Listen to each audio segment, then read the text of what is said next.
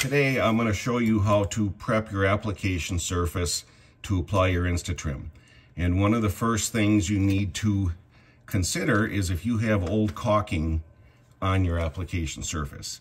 If this is silicone, which is a rubbery substance, you're going to have to remove that 100%, because if you leave any silicone oils, our adhesive is not going to stick. So the first step is I use a razor blade, a straight edge blade in this small holder, and I just cut along the bottom, slowly, carefully. Don't put your hands in front of the blade, and just start removing the base. And then I'll go back and I'll cut the vertical surface like this, and you can see that it'll come off in a nice continual piece like this, and the surface is mostly cleaned. Okay, the next step in preparing the application surface, once we have removed the old caulking, there's still residual caulking left in this corner. So even just rubbing it with my finger, I can get more to come off. A scrunchie works very, very well to also rub off some more residual caulk. Once you have most of that cleaned up, I recommend that you use acetone.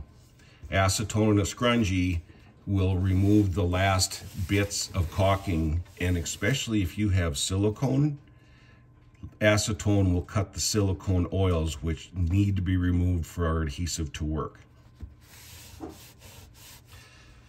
The last step you need to take before you apply your InstaTrim, and after you clean this with acetone or isopropyl alcohol, is just do a final wipe with a dry rag.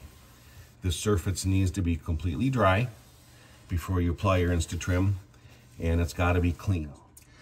Okay, the next step in applying your InstaTrim into your previously cleaned application corner is to lay it out flat, if you can, a couple hours before you apply it. That way it'll adhere to the surface better and the PVC won't have any memory. Also, we recommend removing about 12 inches of the silicone release liner. That way you don't have adhesive laying out across the countertop getting dirty before you get it stuck in the corner. First step is just to take your fingers and push it directly into the InstaTrim, just like I'm doing. If it goes crooked, you can peel it back and start over. So once you've done that, you can gently take your finger, just make sure all the adhesive is making contact. But then, last step is to use, you're gonna use your application tool. This has a wheel on this end for 3/4 inch wide and a wheel on this end for 1/2 inch wide. And you're just gonna wanna gently go back and forth to make sure you've got a really good bond. You don't wanna push really, really hard, because then you'll start to stretch your InstaTrim again. So just gently go back and forth, and voila, you're done.